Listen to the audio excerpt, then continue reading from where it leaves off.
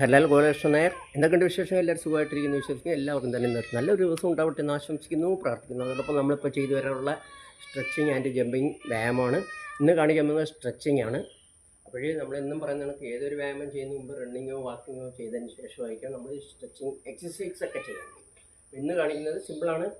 നമ്മൾ നേരെ നമ്മൾ രണ്ട് കൈ തറയിൽ ടച്ച് ചെയ്യുക. ഓക്കെ,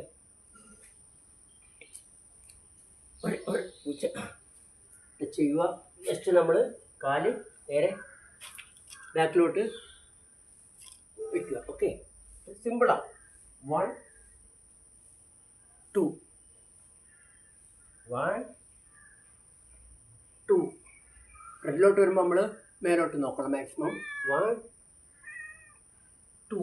അപ്പോൾ ഇത് നമുക്ക് കൈക്കും നടുവിനും കാലിനും എല്ലാം ഒരേ ടൈം സ്ട്രെച്ചിങ് കിട്ടുന്ന വ്യായാമമാണ്. 1 2 1 2. ഓക്കെ,